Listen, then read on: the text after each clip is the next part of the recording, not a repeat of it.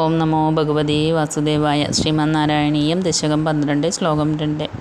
കഷ്ടം പ്രജാ സൃജതി മയ്യവ നിർനിമഗ്നാസ്ഥാനം സരോജഭവ കൽപ്പയാ തത്പ്രജാനാം ഇത്യേവമേഷ കഥിതോ മനൂനാ സ്വയംഭൂ അംബൂരുഹാക്ഷാത് തവ പാദയുഗം വ്യജിന്തീത്. സാരാംശം. ഹരേ കൃഷ്ണ.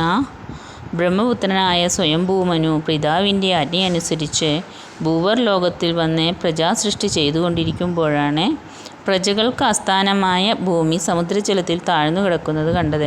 അതിനെ ഉദ്ധരിച്ചു തരണമെന്ന് സത്യലോകത്തിൽ ചെന്ന് ബ്രഹ്മാവിനോട് താണു വണങ്ങി അപേക്ഷിച്ചു. പ്രജകളെ സൃഷ്ടിച്ചതുകൊണ്ട് മാത്രം കാര്യമില്ലല്ലോ, അവർക്ക് വസിക്കാൻ യഥാവിധി ഭൂമി വേണം. അതിപ്പോൾ വെള്ളത്തിൽ ആണ്ടുകിടക്കുകയാണ്. ആയതിനാൽ അല്ലയോ ബ്രഹ്മൻ, അതിനെ ഉദ്ധരിച്ചു തന്നാലും എന്നായിരുന്നു സ്വയംഭൂമനുവിൻ്റെ പ്രാർത്ഥന. നിജസ്ഥിതി മനസ്സിലായപ്പോൾ ബ്രഹ്മദേവനും തനിക്കിക്കാര്യം ഒറ്റയ്ക്ക് ചെയ്യുവാൻ കഴിയുകയില്ലെന്ന് ബോധ്യമായി. ആപതിം കിം കരണീയം സ്മരണീയം തവ ചരണയുഗളം എന്ന് പറഞ്ഞതുപോലെ ബ്രഹ്മദേവൻ ഭഗവാനെ ധ്യാനിച്ച് ആശ്രയിച്ചു. ഭഗവാൻ മാത്രമല്ലേയുള്ളൂ സഹായിക്കാനായിട്ട്. മാത്രമല്ല, ആപത്തുകാലത്ത് ഭഗവത് സ്മരണ ഉണ്ടാവുന്നത് വളരെ നല്ലതാണ്. ഒപ്പം തിരുനാമജപവും.